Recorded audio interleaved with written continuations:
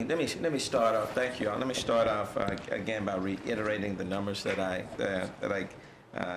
gave with respect to the Zika program, abatement program for the city. Because Harry Hayes and the solid waste crew were out in District D in Sunnyside this past Saturday for several hours, trying to get as much ahead of this virus as possible. And again, collected approximately 3,200 tires just in one day in one area, which equates to approximately 64,000 pounds. Collected more than 500 tons of illegally dumped materials, which equates to more than 1 million pounds. And then pinpointed scrap tire vendors in the area and engaged in neighborhoods to report illegal dumping. And I think as Mr. Hayes indicated in this presentation of City Council, just in one, I guess in front of one home alone, collected about 50 to 60 tires. So that's starting in District D. They'll be out again on Saturday, moving over to District I this Saturday, and then we'll continue throughout all of the districts to try to get ahead and encouraging people to clean up around their homes. And of course, the mosquito spraying is not going to start for a few months down the road, and that's done by the county. But we want to do our part. So I'm very pleased at the progress that we're making there. And again, Dr. Peirce is the point of contact when it comes to the city's response on the Zika virus.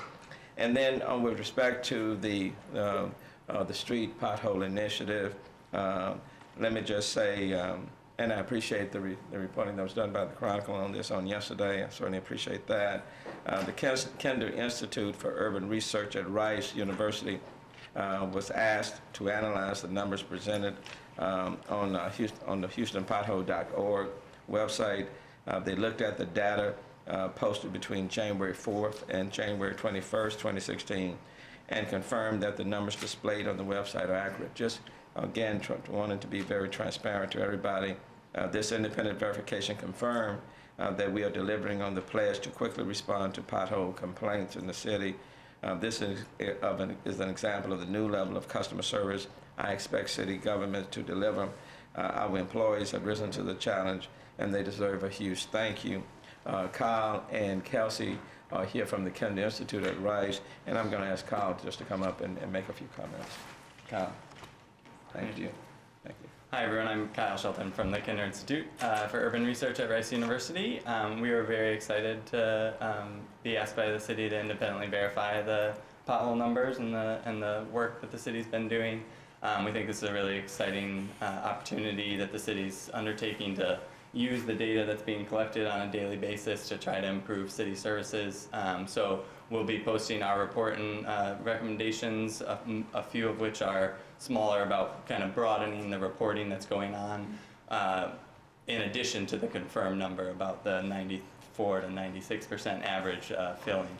That'll be posted on the Kinder Institute website just this afternoon after this press conference. And my colleague Kelsey Walker and I will be here to answer any questions y'all might have about that after the press conference. So thank you again. Thanks, Kyle. And let me just say, this is one way that I intend to work with more of our colleges and universities in a collaborative effort.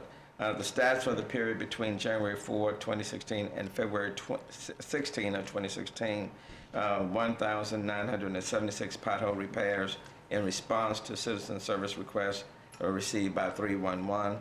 And although there have been several individual days during this time period when the next day business repair rate hit 100%, the average since the program began is 95%. 7,839 potholes have been proactively filled. Again, this is from January 4, 2016 and February 16 of 2016. 1,636 service requests received by 311 that turned out not to be potholes, were duplicates, posed no safety hazard, or were the responsibility of the Texas Department of Transportation or another agency, total 1,336. And 41 service requests are still awaiting assessment. Now it's time for us to focus on achieving a similar success story for the other more complicated street repairs. The goal is to complete this type of street repair within 30 days of when they are reported to 311. extra contract crews have been put in place to help meet the challenge. The number shows that we are making progress in the more serious street repairs well, going from a high of 1,149 open cases on January 30th of 2016 to 776 as of yesterday.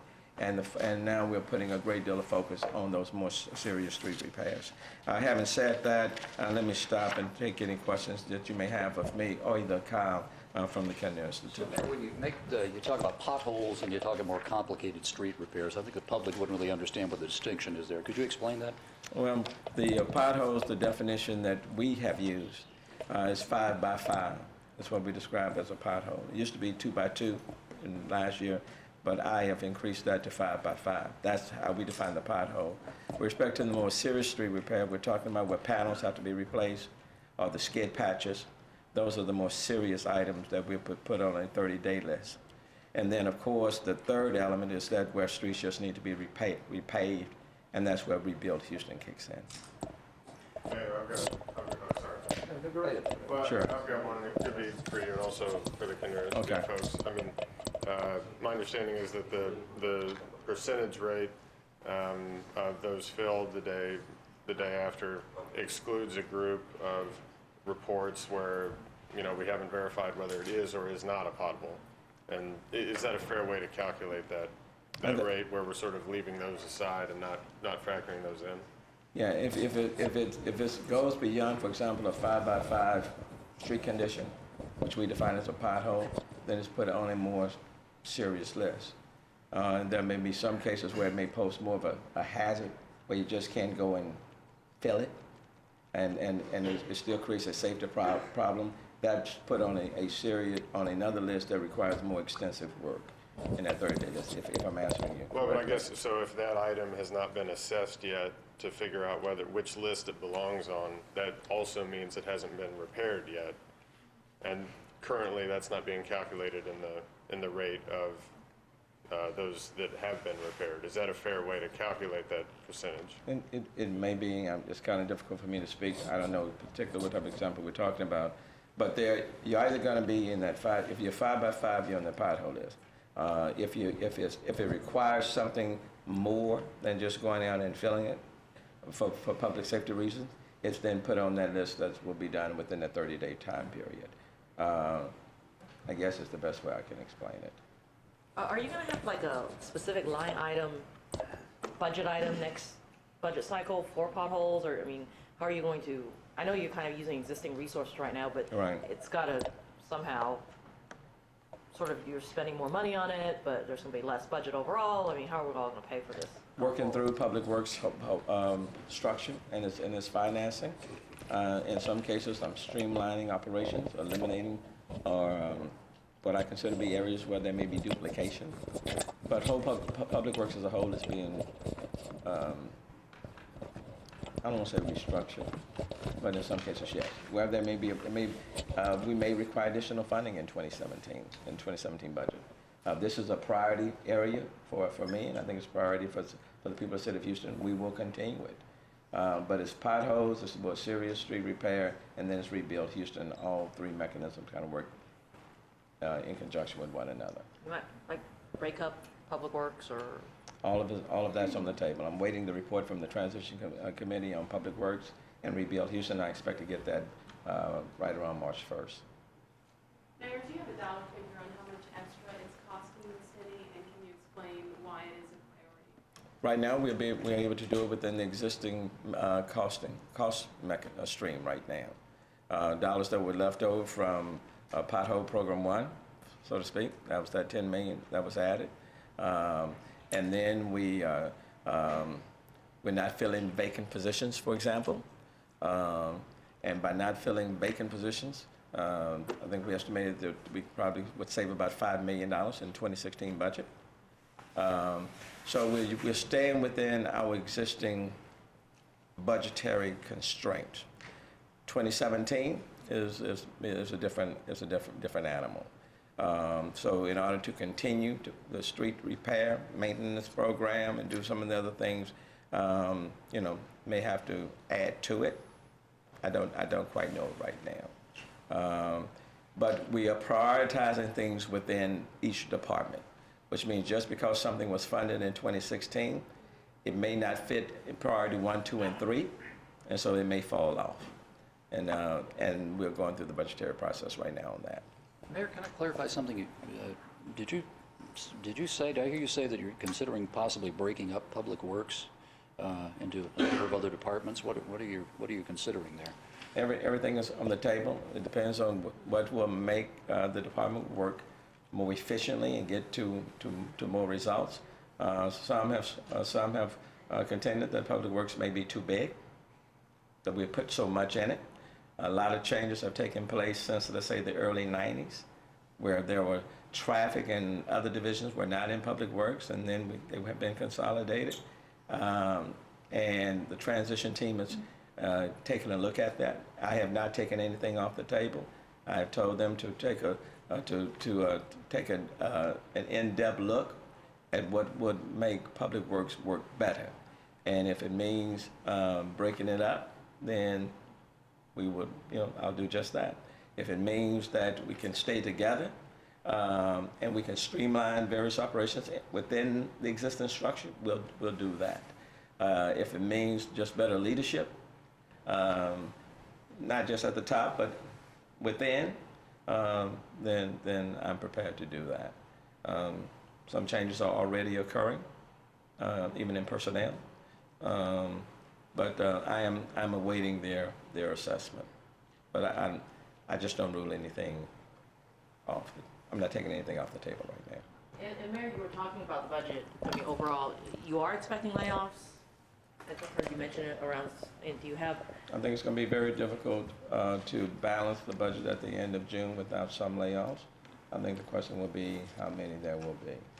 Do you have a guesstimate? And do you have, like, what positions will be more likely versus others?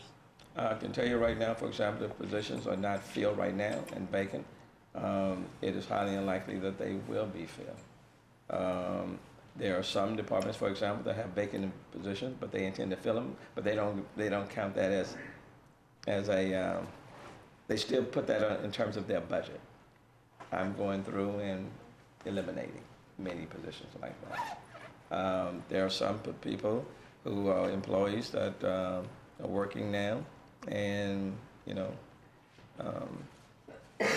I can promise that everybody will still hold on to their positions in the new budget cycle.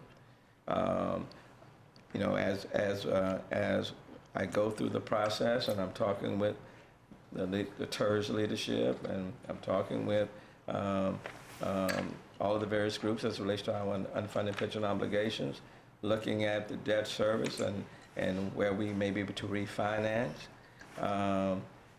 seeing what our recurring obligations will be and what the priorities are, recognizing that the sales tax is down 7.5%, that we took a property tax hit with the lawsuits, and that was another $16 million. That's why I speak in terms of shared sacrifice. I mean, the last time there was mass layoffs in the city, like parks, the parks department was hit really hard, a lot of maintenance crews, Right. The non-uniformed employees and police and fire. I mean, is that stuff you're still, kind of the stuff you're looking at, or, I mean, where? It's a big city, there's a lot of employees. People are going to want to know, who's got the bigger target, so to speak. I have taken no department off the table. The only thing that I will not do is that I won't lay off a police officer. But everything else remains on the table. And where are you on the, speaking of police department, on the police chief, interim police chief? Coming soon, How soon? real soon. And Mayor, I understand some employees have already left the city. Is that retirements or are they actual layoffs in the last couple of weeks? Some are retiring, I would assume, there are many different options that we're looking at. There may be an early retirement program being provided as a part of the budgetary package. That's something that I'm also considering. I will do my very best not to lay off a lot of people because a large part of the budget is driven by personnel. And so you can't, if you lay off a lot of people, you're also minimizing or reducing services in the city of Houston. My hope is that we can put forth a budget that minimizes the number of layoffs, and that's why I've asked everyone to engage in the shared sacrifice, including the members of City Council that are around the table today. But it's going to be some tough choices, but we'll make them. The budget will balance. It will balance, and we will minimize the impact on city services, but the budget will balance. Can you tell us any more about the Valentine's Day card that you have been circulating? Essentially, it's asking everyone to engage in shared sacrifice, and we represent the leadership, the mayor and city council members that are up here. And essentially, I'm asking the members of City Council to consider reducing their district service fund from $1 million that they get per district down to $250,000. That's not to say that services that would have been covered through that fund would not take place, but we will. My hope is that I'll continue to work in collaboration with members of City Council, especially the district members, to make sure that the vital services that are needed in their district we provide. But I think it's very, very difficult for us to ask other people to engage in self-sacrifice or to give up things if we don't also take the lead. It may be a small portion of the overall bigger budget, but at the same time, it can prevent, some employees from having to be laid off. Mayor, one on the Zika virus. Yes. To what extent are you considering a public education campaign about telling residents to remove trash and standing water and repair screens and all that sort of thing? That will be incorporated as a part of the program. So there's a communication piece where we are utilizing the website, sending out notices, doing what's called Citizen Net, talking to the super neighborhood, providing that information, and essentially trying to inform the general public on measures that they can take to participate in reducing the threat of being bitten by a mosquito. Is there a big dollar amount behind that, or is it like an advertising deal, or is that pretty? I've not put a dollar amount on it. Primarily it's just kind of utilizing existing channels, and then certainly asking the media and the press to continue to work with us in getting the word out. Now, as we move further down the road, and depending on what happens, we may take a look at it again. And if there are dollars that need to, if depending on whether or not it becomes more, let's say, more serious, more severe, then the dollars will go to it as a priority.